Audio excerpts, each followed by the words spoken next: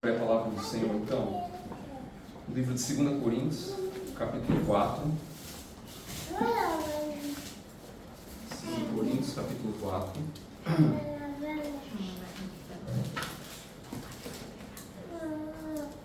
Versos 16 a 18.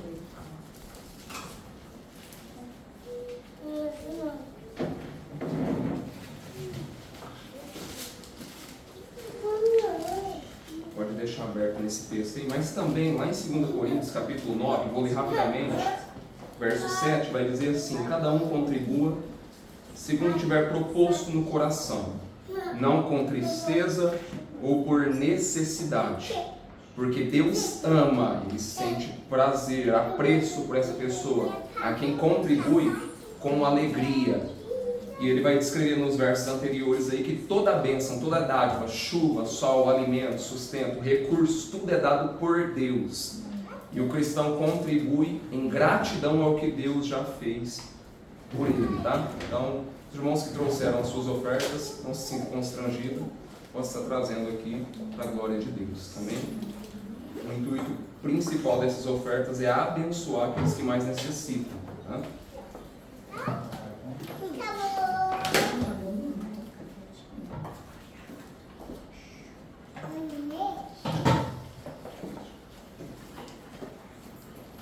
Nós vamos abrir o texto aí, então, de 2 Coríntios, capítulo 4, versos 16 a 18.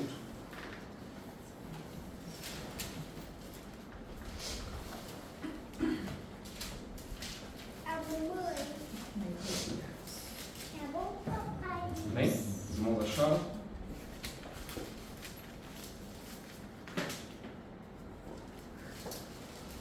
Quatro.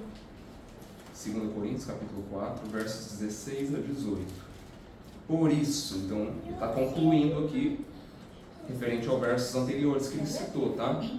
Não desanimamos, pelo contrário, mesmo que o nosso homem exterior se corrompa, contudo, o nosso homem interior se renova de dia em dia, porque a nossa leve e momentânea tribulação produz para nós eterno peso de glória, acima de toda comparação, não atentando nós nas coisas que se veem, mas nas que se não veem, porque as que se veem são temporais, e as que se não veem são eternas. Amém? Vamos fechar os nossos olhos, está orando a Deus?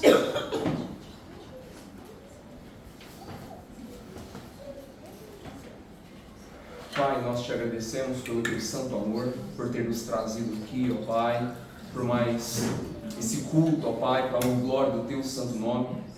Esses louvores, ó Pai, como a tua palavra diz, o Senhor procura verdadeiros adoradores, que o adorem em espírito e em verdade. Senhor, receba esse louvor de bom grato, Senhor.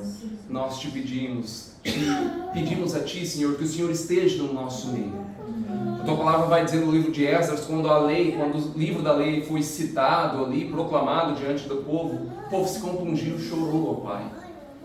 E nós queremos nos quebrantar diante da tua presença, ó Pai. Nós queremos que o Senhor fale conosco, pedimos que o Senhor nos enche do teu Santo Espírito, nos dê entendimento, nos dê sabedoria, ó Pai, ao ponto de colocarmos em prática cada uma das palavras citadas aqui, Senhor. Nós não conseguimos isso na nossa própria força. A tua palavra diz que o Senhor é a nossa força. A tua palavra diz: enquanto estamos fracos, então é que somos fortes. O Senhor é que nos dá força, o vigor. É o Senhor que faz com que a gente guarde essas palavras, todas as escrituras dentro da nossa mente. Ajude-nos, Deus. Não conseguimos sozinhos. Precisamos do teu santo auxílio. Somos dependentes de Ti. Para onde iríamos, Senhor? Só o Senhor tem palavras de vida eterna. Fale conosco, ó Pai. Quebrante os nossos corações. Não deixe que essa semente caia em espinheiros. Não deixe que essa semente caia numa terra árida, mas caia numa terra fértil, ó Pai. Que germine, que essa semente não caia em pedregulhos, mas numa terra fértil, que germine e dê muito fruto. Precisamos de Ti, Senhor. Só no poder do Teu Santo Espírito vamos conseguir colocar em prática cada um desses pontos. Ajude-nos, Deus, abre os nossos olhos, os olhos espirituais, assim como o Senhor abriu o olho do servo de Eliseu estava diante de um monte de pessoas prestes a matar eles. Eliseu estava tranquilo e só orou: Pai, abra os olhos desse jovem. E quando os olhos dele foram abertos, ele viu as miríades de anjos que estavam junto com eles, protegendo eles. Ajude-nos, Deus, dá-nos uma percepção espiritual da nossa vida, da nossa alma. Dá-nos uma percepção maior, mais aguçada, não para as coisas deste mundo, não para a maldade desse século, mas mais aguçada para a Tua Palavra, para o Teu Santo Espírito, para discernir o que é certo e o que é errado, para buscar o Senhor com todo o coração. Precisamos de Ti, fortalece-nos, ó Pai. Assim como uma água é aquecida a 100 graus Celsius, aqueça os nossos corações, abre o nosso entendimento, Senhor, que nós não vamos ser mornos somente. Ajude-nos, Deus, a ser cheios do Teu Santo Espírito, fortalecidos por Ti e revelando, mostrando notoriamente isso através dos dons, da grandeza, do poder do Santo Espírito, dando fruto. A Tua Palavra diz que a árvore que não der bom fruto é cortada e lançada ao fogo.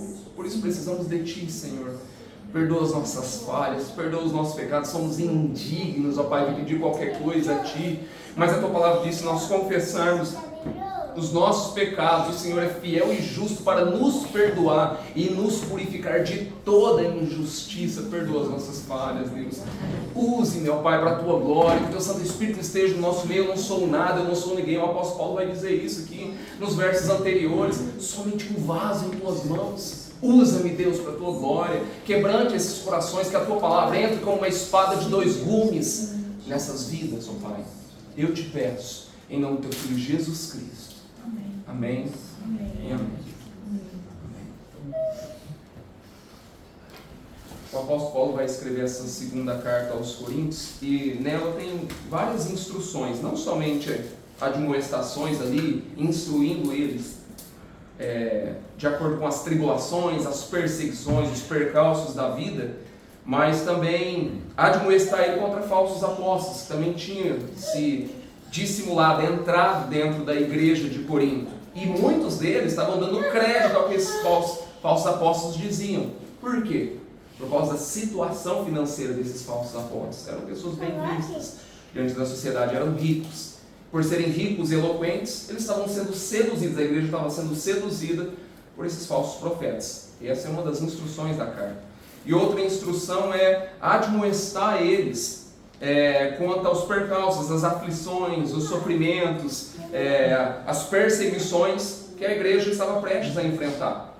Quando ele escreve essa carta, é por volta de 55 a 56 depois de Cristo, era bem no início do reinado de Nero. Nero tinha tomado o poder em 54 depois de Cristo. E bem nesse início está começando a iniciar uma perseguição muito ferrenha contra não somente a igreja de Corinto, mas toda a igreja da Ásia Menor. Todos aqueles que professavam a sua fé em Cristo estavam sofrendo perseguições por amor à pregação do Evangelho ou por pregar a Cristo. Então o intuito dessa mensagem, através dessa mensagem hoje, é eles aprender a viver aqui na terra, nesse âmbito natural, com o corpo na terra, com os pés no chão, mas com a mente nos céus, com os olhos na eternidade. Embora vivendo no mundo, não pertencemos a esse mundo.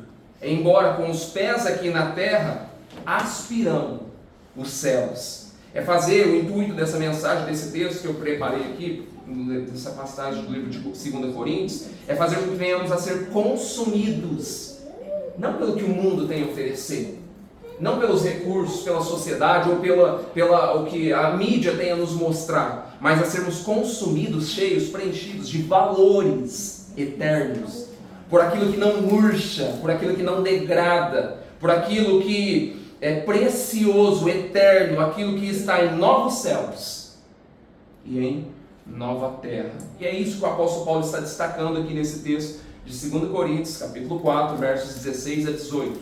Enquanto a igreja estava num cenário, iniciando um cenário de perseguição, do qual o apóstolo Paulo também estava envolvido, ele vai confortar esses cristãos da igreja de Corinto, dizendo: isso não nos faz desanimar.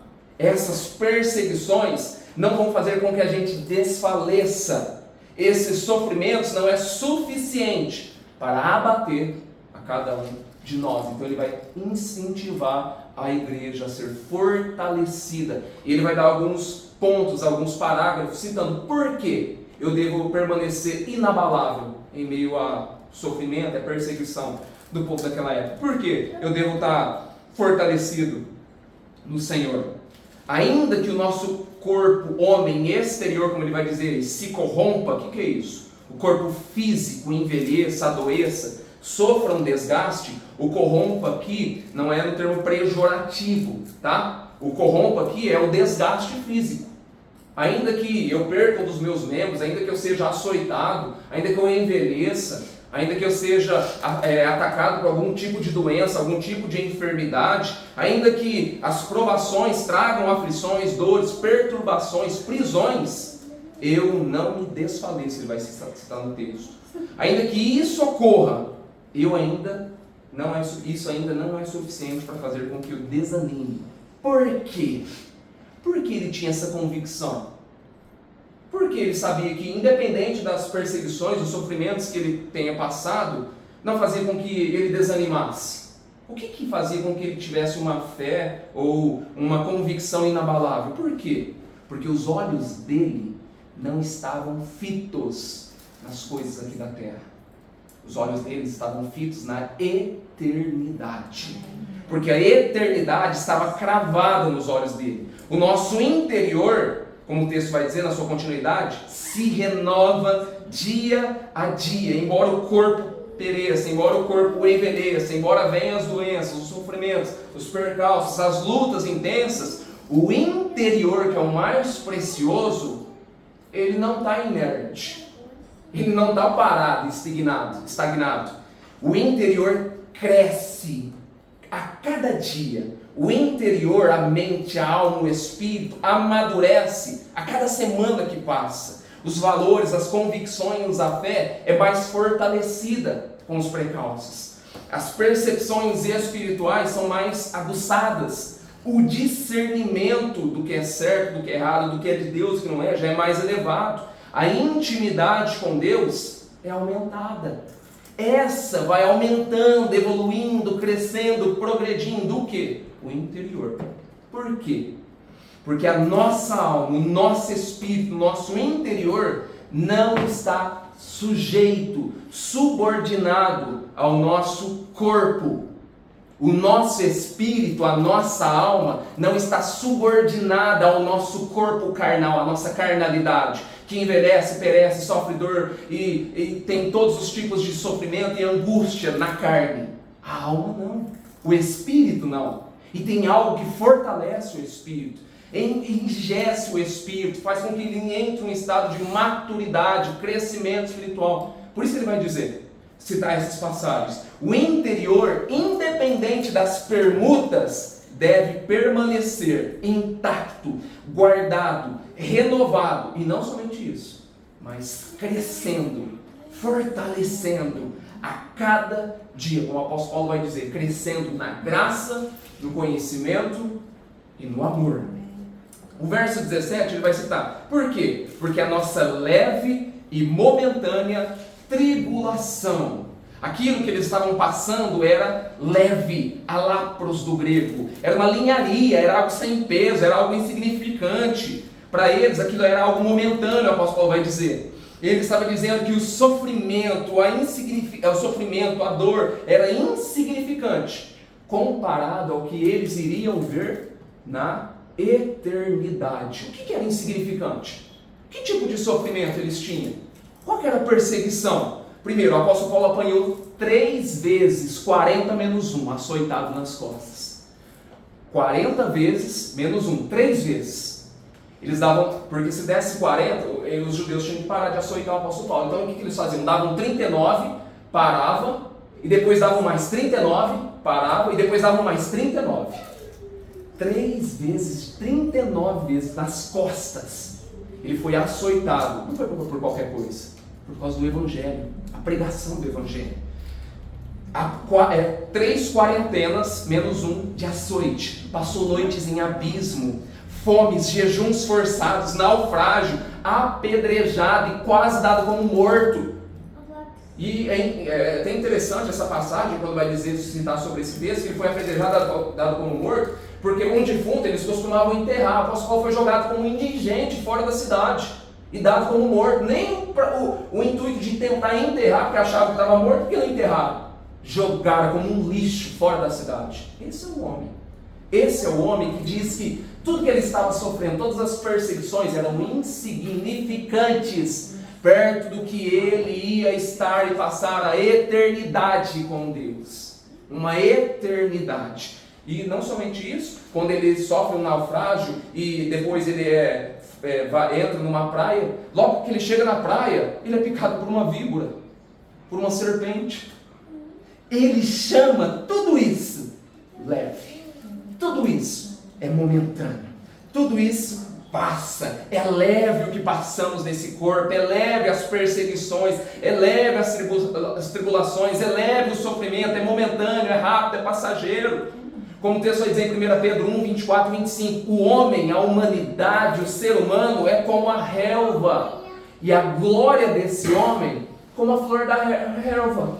Seca-se a erva, cai a sua flor, mas a palavra do Senhor permanece para sempre. O que ele quis dizer? É passageiro, a nossa vida é efêmera, é passageira, independente do sofrimento, da dor que a gente tenha, independente da perseguição aguda, do sofrimento que a gente tem. É momentâneo, é passageiro, não se compare, como ele vai dizer nesse texto. Por isso não desanimamos, pelo contrário, ainda que o nosso homem exterior sofra tudo isso, corrompa, ainda que eu sofra açoite, ainda que eu desmembre o meu corpo, ainda que eu seja açoitado, morto, dado como morto, ou picado por uma víbora, ainda que eu sofra todos os percalços da vida, ele vai dizer, o homem interior se renova a cada dia. Cada dia. Como o texto também vai dizer em Tiago 4,14, nossa vida é como vapor. Comparado ao que será pós essa vida, comparado à eternidade, qualquer coisa que nós passamos nessa esfera por Cristo é incomparável ao peso eterno de glória que a gente vai ter nos céus com Deus. Mas como que é isso? Que tipo de sofrimento? Que tipo? Ainda você tem um traumatismo craniano, ainda que você entra em um coma induzido, ainda que você sofra uma fratura exposta, queimadura de 3º grau, desemprego, enfermidade, catástrofe, qualquer tipo de coisa que a fé acarretar para nós, no sentido natural, comparado ao peso de glória que há por vir, é comparado como nada. Nada. É leve, é passageiro, é momentâneo. A perseguição que Paulo e os demais apóstolos passaram na época, amando de Nero no Oriente, não se compara a essa perseguiçãozinha que eu e você sofremos aqui. Qual que é a nossa perseguição? Cortaram a nossa luz? Qual que é a nossa perseguição? Furou o pneu do carro? Qual que é? Falaram mal de mim no serviço? Peguei uma gripe, bati a canela? Essa é a perseguição do povo hoje, faz com que desanime de Deus, não busque a Deus, não leia as Escrituras. Um fala mal na igreja, as pessoas desanimam da fé, não vão mais naquela igreja, não vão buscar mais Deus, não quer saber de mais nada. Irmãos, olha o que Paulo sofreu, olha o que os discípulos sofreram, por amor a Cristo. E a pessoa cortou minha luz, não falaram comigo na igreja, não me deu paz do Senhor, as pessoas estão assim, casca de ovo. Por isso ele vai dizer, o interior deve o quê? Se renovar dia a dia. Pelo tempo de cristianismo, Hebreus capítulo 5, pelo amadurecimento de tempo de cristianismo que nós temos, já vamos para ser como doutores na fé. Essas coisinhas pequenas, efêmeras, não devem abalar a nossa fé, a nossa comunhão com Deus, a unidade com os irmãos. Isso é efêmero, é passageiro, para com isso. Naquela época os cristãos sofriam e muito, não tinham paz, o sofrimento era intenso, e comparado à eternidade, o que eles passavam, o que eles sofriam, era considerado como nada.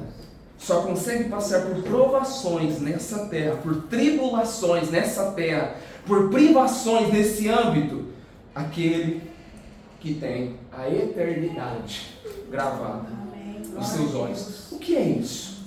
O que é isso, gravar a eternidade nos nossos olhos? É ter a ênfase, é dar ênfase não no que está na terra, não nas coisas que a gente vê, mas no céu, as que não se veem. O que é isso? Quais as coisas que nós não vemos? A volta de Cristo, novos céus, nova terra, o corpo redimido, glorificado, a salvação das almas.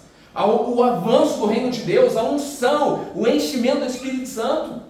É isso que o cristão deve almejar e que os olhos devem ter afitos nisso. Vai estar procurando uma melhoria financeira, um recurso, o governo. Irmãos, é a alma, o enchimento do Espírito Santo. As pessoas estão natural, vivem uma vida normal. Tá bom, eu busco a hora de Deus de vez em quando, enchendo o Espírito Santo. É isso que eu falei semana retrasada. É os mesmos textos, mesmo versículo, só sabe falar assim, não, é coisa nova, eu quero me encher. Olha o tanto de o complexo, a grandiosidade, a preciosidade das Escrituras. Já era para sermos como doutores na fé, 20, 30, 50 anos de cristianismo, 10 anos de cristianismo, são 10 anos que deve ter lido a Bíblia pelo menos uma vez por ano, pelo menos. Já é para entrar num estado de maturidade, um crescimento, um avanço, as coisas simples do Evangelho já é para ser inculcado. As coisas mais complexas está ensinando. Ele vai dizer isso. Embora o nosso exterior se corrompa, sofra tudo isso, o interior não está estagnado. Ele avança, cresce. É para isso que devemos atentar, é para isso que devemos dar ênfase. A nossa alma, o avanço espiritual, ser, como o texto vai dizer aqui, diante das aflições, das perseguições que eles iriam enfrentar, não se preocupar diante de tudo isso. Não era qualquer coisa, não. Essas pessoas perdiam todos os seus bens, sua casa era sitiada, alguns deles nunca mais viam seus entes queridos, alguns eram jogados piche, fervendo na pessoa, era colocado no meio do poste, sabe esses postes que a gente tem aqui? Não tinha iluminação na época, eles queimavam os cristãos, colocavam eles como postes para queimar, era visto, era jogado no Europa, agora morto, pisoteado por touro, por leão, criança, era distanciado dos seus pais, era colocado diante dos pais, nega ou senão vai morrer. Eu tenho até uma história sobre o nome dela é Perpétua, pode procurar, é uma mulher do primeiro século, foi perseguida, foi colocada a criança dela na frente dela, falou assim, eu não vou negar o meu Cristo. Ela foi jogada dentro desse lugar, foi pisoteada, Deus não pediu para ela só mudar, hoje não pode pedir para mudar a vestimenta, para a mulher, não pode mudar a vestimenta do homem, mas Deus pediu a víscera daquela mulher, pediu o intestino dela, o corpo dela, foi pisoteada, maceteada por touro. Mas não pode pedir, irmão, muda, irmão, essa roupa não glorifica Deus, irmão, não, eu vou sair da igreja. Irmãos, por isso que ele vai dizer, aqui ele está falando sobre um amadurecimento espiritual, sabe o que eu estou falando? Ele está dizendo aqui, esse sofrimento é intenso, sim, mas pelo amadurecimento fortificado espiritual que vocês têm, não ligue para isso, ainda que o exterior se corrompa, o interior se renova, se fortalece, amadurece cada dia, porque a nossa leve momentânea tribulação produz para nós eterno peso de glória. Tudo isso está sendo creditado lá no céu. Para a vida deles foram creditados. Por isso o apóstolo Paulo vai escrever esse texto aí, essa passagem, versos 16 a 18. Então eu separei pelo menos 3 contrastes, 3 objeções, porque Paulo não desanimou da fé e incentivou esses irmãos, porque ele continuou pregando a Cristo, e do porquê essa leve momentânea tristeza e sofrimento não abateu o crescimento e o avanço do Evangelho naquela época. Primeiro ponto, embora o exterior se corrompa, não no sentido pejorativo, como eu disse, no sentido pejorativo é o quê? No sentido da corrupção moral. Ele vai dizer que ainda que o exterior se corrompa, ele não está falando assim de se entregar à corrupção, ou entregar aos desejos carnais, ou entregar às vontades. Não é isso que ele está querendo dizer. Ainda que o corpo exterior se corrompa, é o texto o quê? Sofrer deterioração. Então, sofrimento no corpo, envelhecimento, doenças, enfim. Ainda que esse corpo se corrompa, e sim, embora o corpo se desgaste, adoeça, envelheça, sofra, deteriore e morra, são processos esses inevitáveis. Ele vai dizer o interior, a natureza. Que natureza é essa? O novo homem que há em nós, o novo ser, o novo espírito que há em nós, que o texto vai dizer, se renova a cada dia. Quanto mais eu sofro, quanto mais percalços eu passo, mais sábio eu devo ficar.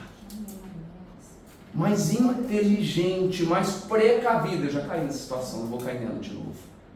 Eu já vi onde isso vai dar. Eu já sei onde isso vai dar. É isso. As perseguições, esses sofrimentos, têm essa finalidade. Mostrar para nós, agora, tá vendo aquele caminho que você trilhou uma vez? Não é correto. Você não vai cair no mesmo lugar, no mesmo buraco 2 vezes. O intuito da perseguição é essa, fazer com que a gente seja mais sábio, mais inteligente, precavido para as situações, tornar a gente mais maduro, trazer mais esperança, trazer mais desejo pela glória de Deus. É isso que deve trazer o sofrimento, a angústia. Faz isso, tem essa finalidade, para mostrar que nós somos dependentes de Deus, para buscá-lo a Deus com todo o coração.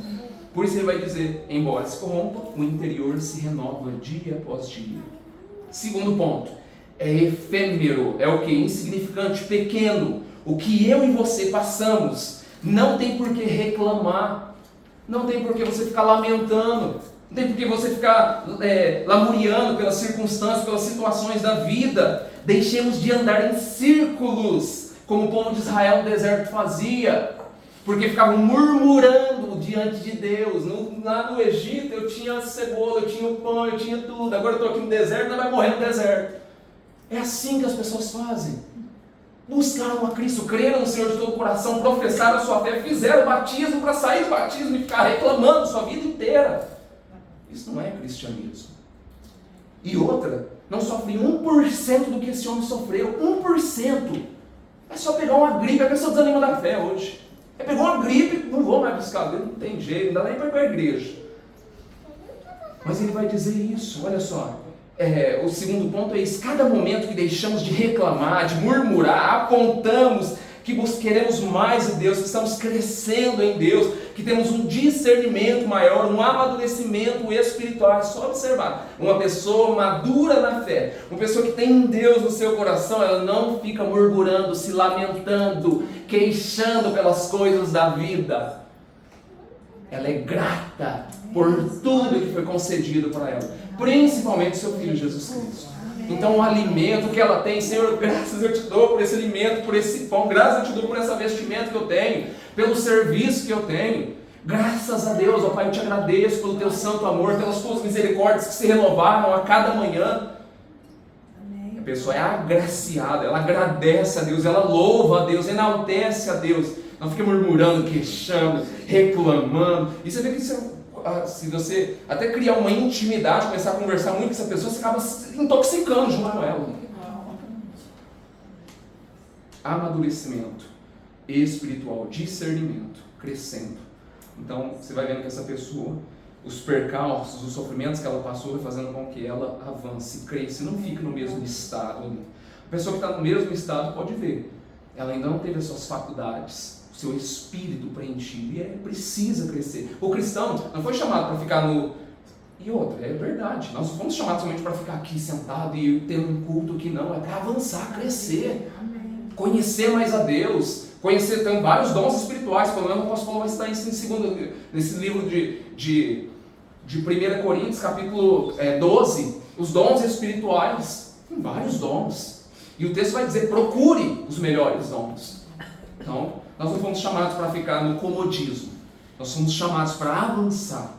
Os percalços da vida, esse sofrimento, furou teu pneu, pegou uma doença, e não sei o que, parente está em coma, tal. Os percalços são leves, são momentâneos. Infelizmente, nessa esfera natural, terrena, todos nós vamos estar sujeitos a esse tipo de situação. Todos nós. Mateus 11, 28 a 30, o texto vai dizer, Jesus, embora sabendo disso, traz uma mensagem de conforto, não somente aos seus discípulos na época, mas também a nós hoje. Vinde a mim, todos vós que estáis cansados, a palavra grega, kopos, vocês que estão tristes, aflitos, fatigados, e o texto vai dizer, não somente cansados, e sobrecarregados. A palavra sobrecarregados, portizo do grego, esgotado, eu não tenho mais força, eu não consigo confiar em mais nada. Nada me traz esperança, Deus, nada, eu não confio em mais nada. Ainda que você esteja nessa situação, ele vai dizer, eu vos aliviarei. Tomai sobre vós o meu jugo. Por que ele vai dizer isso, tomai sobre vós o meu jugo? Porque o jugo do pecado sobre as nossas vidas é muito pesado. O que ele faz? Ele tira o jugo do pecado de nós e põe tudo sobre ele na cruz. E o jugo dele de justiça, amor, retidão, de ter os olhos voltados para Deus, é colocado em nós. Isso se chama dupla imputação. Os nossos pecados foram colocados em Cristo e a justiça de Cristo colocada em nós. Que peso tem esse agora? Justificados, pois, mediante a fé, temos paz com Deus, por meio do nosso Senhor e Salvador Jesus Cristo. Ele vai dizer: eu vos aliviarei, tomai sobre vós o meu jugo, e aprendei de mim, porque eu sou manso e humilde de coração. Mas não somente isso, ele vai dizer: e achareis descanso, tranquilidade, paz para as vossas almas. Talvez você não dorme há dias, você passando uma luta intensa e não consegue saber como lidar, e isso é na família, não sei o que. Achareis descanso para a vossa alma. Eu sou o descanso, o alento, a tranquilidade para a alma de vocês. A videira verdadeira, ele que traz alegria.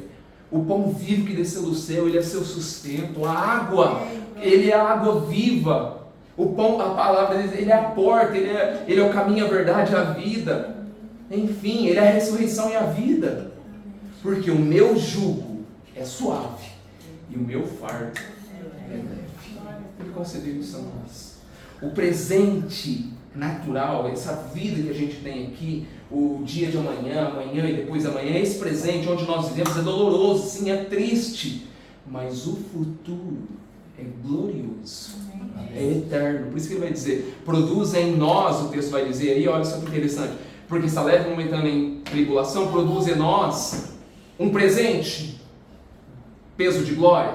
Não, um eterno peso de glória, acima de toda comparação. Mas foi desmembrado, acima de toda comparação, acima de qualquer tipo de sofrimento. Perdi meu filho, acima disso, acima dessa dor que você está passando, você vai passar uma eternidade. O peso de glória é maior em comparação ao que você está passando agora.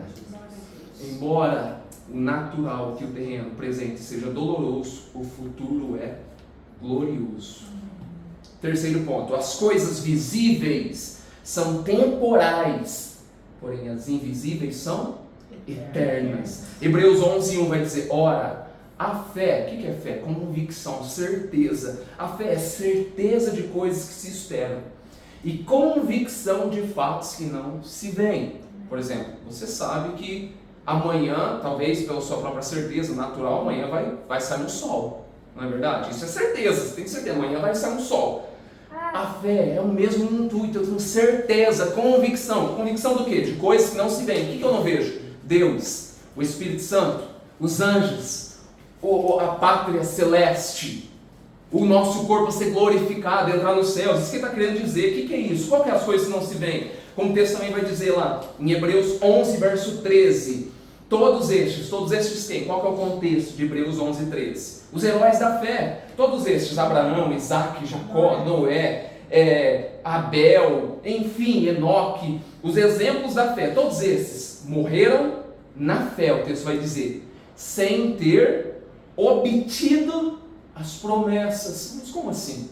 Foi prometido ao Senhor de forma talvez meio oculta, que o Senhor promoveria para eles um libertador, um Messias. Todo o contexto, assim como o Senhor mostrou para Abraão, quando ele vai oferecer o seu filho como sacrifício, ele promoveu um cordeiro para que fosse colocado, ao invés de entregar o seu filho.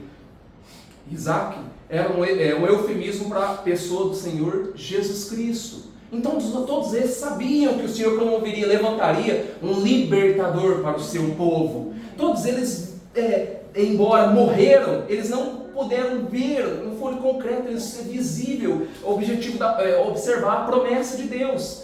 Mas, porém, eles viam de longe, o texto vai dizer, saudando-as e confessando que eram estrangeiros e peregrinos sobre a terra. O que eles quis dizer com isso daqui? Que enquanto eles estavam nessa esfera terrena, eles não eram daqui. Eles estavam aqui por um tempo, por um período de tempo, mas eles sabiam que isso aqui era passageiro, que eles iam habitar numa pátria celeste, eterna. andar tendo em vista, em mente, o invisível, isso é andar por fé.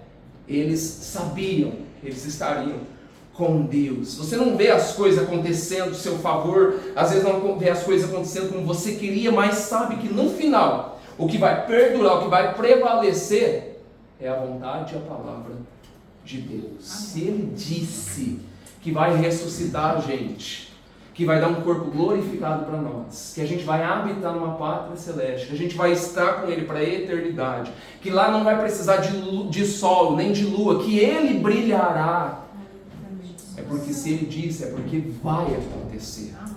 Isso vai acontecer, porque qualquer infortúnio, prova, qualquer coisa que seja feita por amor a Cristo, é um pequeno preço a se pagar, pelos benefícios da graça que nós recebemos através da cruz. Romanos 8,18, porque para mim, olha só que interessante, o apóstolo Paulo vai descrever: tenho por convicto, tenho por certo, que os sofrimentos do tempo presente não podem ser comparados com a glória a ser revelada em nós, que está em Cristo futuramente. Então essa tenda, o que é isso? Tenda, habitação, esse tabernáculo, esse corpo perecível, frágil, essa habitação fraca, um dia essa alma interior que habita nessa alma, nesse tabernáculo fraco, frágil, que sofre dor, que sofre infortúnio, que chora, que se lamenta, que não consegue buscar a Deus com suas próprias forças, um dia esse corpo vai perecer, vai ser destruído, e como o texto diz, nós vamos habitar num edifício eterno, um corpo glorificado. É isso que quer dizer. Esse tabernáculo, esse corpo perecível, frágil, fraco, habitará num edifício, em um corpo glorificado, sem mancha, nem ruga, nem mácula. Nós vamos ser libertos desse cativeiro. Que cativeiro? Desse cativeiro corrupto. Que cativeiro corrupto? Esse corpo que chora, que se entristece, que fica doente, que envelhece, que morre. Nós estamos presos agora, neste momento, desse corpo que te faz doente, te faz infeliz, te faz depressivo, te faz triste e te faz mortal. Mas nós vamos habitar numa pátria, num corpo eterno. 1 Coríntios capítulo 15, o Senhor diz isso. E não somente isso, assim como Cristo ressuscitou dos mortos e está à destra de Deus, nós vamos ressuscitar dos mortos um dia, vamos estar com Deus.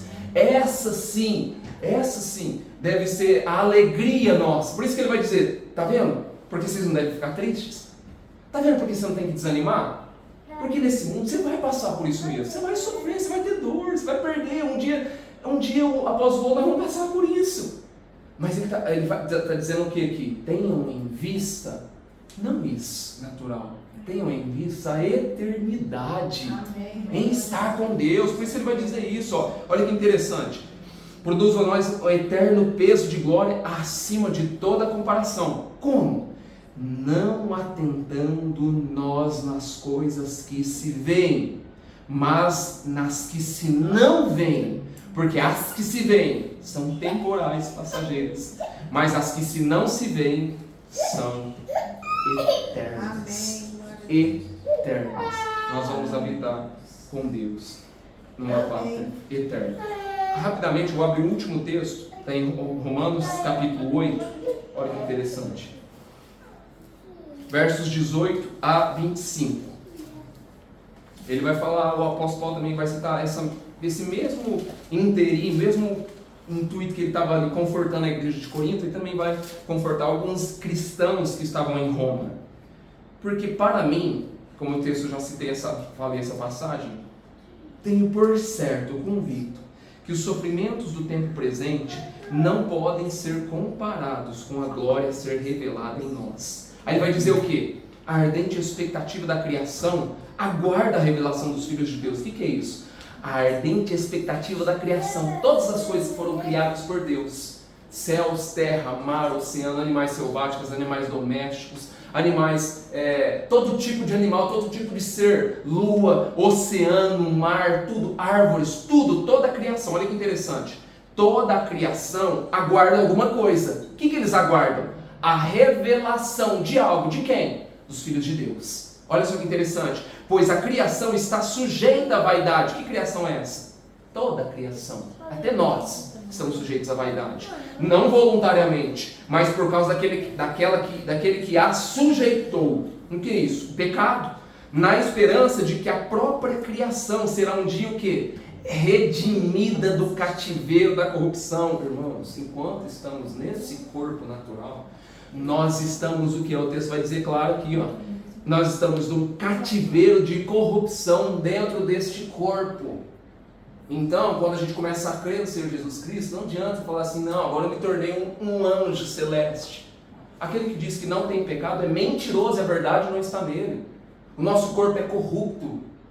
Nós tentamos, na nossa própria força, não pecar, mas o nosso interior, o nosso corpo é levado para isso. Por isso que o apóstolo Paulo vai dizer em Romanos capítulo 7, uma guerra, uma milícia espiritual. Ele não vai escrever isso à toa.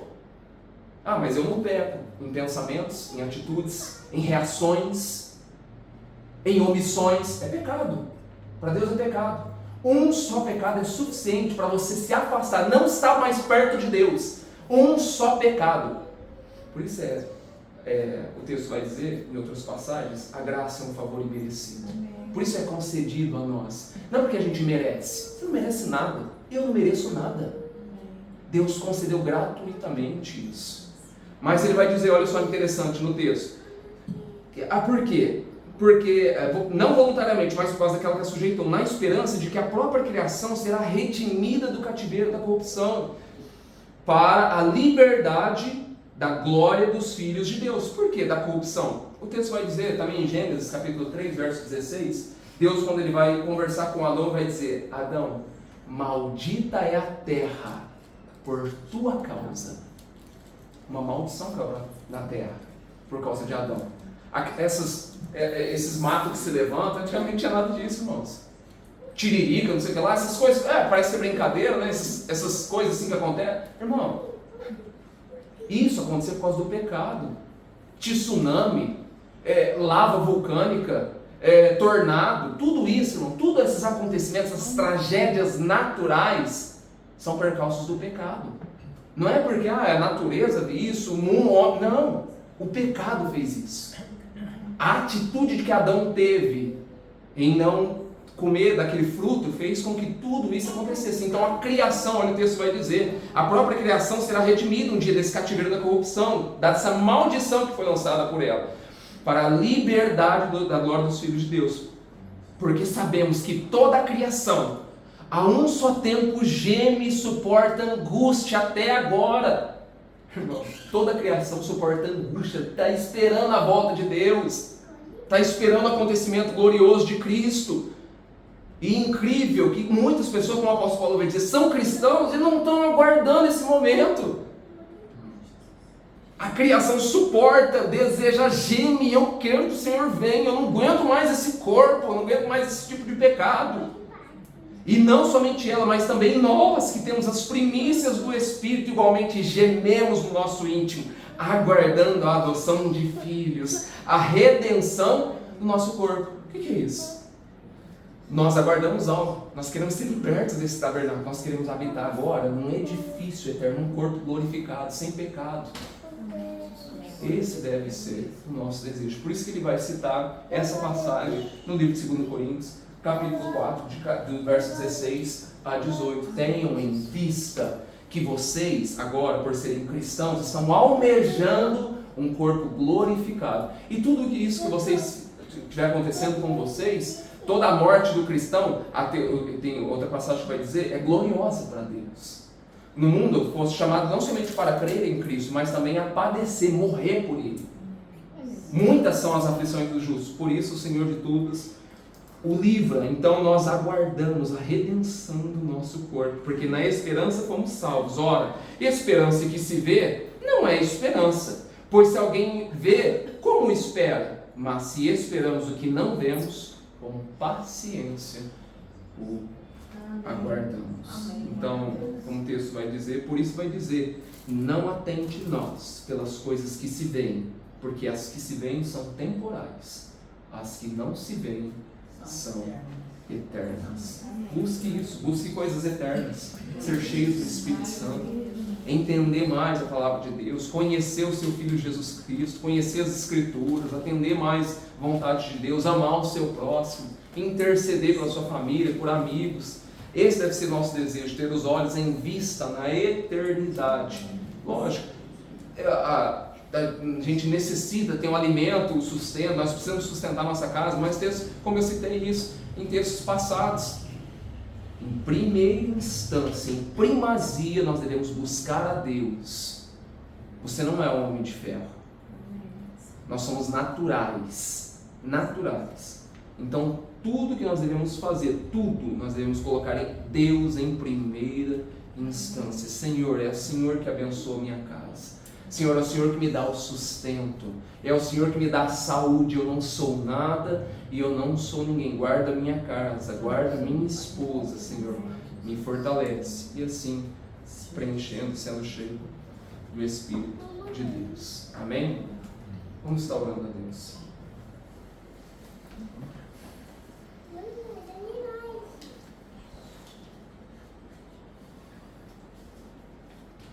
Pai, eu te agradeço, Senhor, pelo teu santo amor e pela pessoa do teu Filho Jesus Cristo, Senhor. Pai, ajude-nos, Senhor, a ter em vista a eternidade, Senhor. Ajude-nos, Deus, embora nós sabemos, ó Pai, todo tipo de situação, o sofrimento, ó Pai, em nossas vidas são efêmeros, Senhor. Nós passamos coisas tão pequenas, não se compara ao que esses homens sofreram, Senhor. Mas eu te peço, Senhor, tem misericórdia de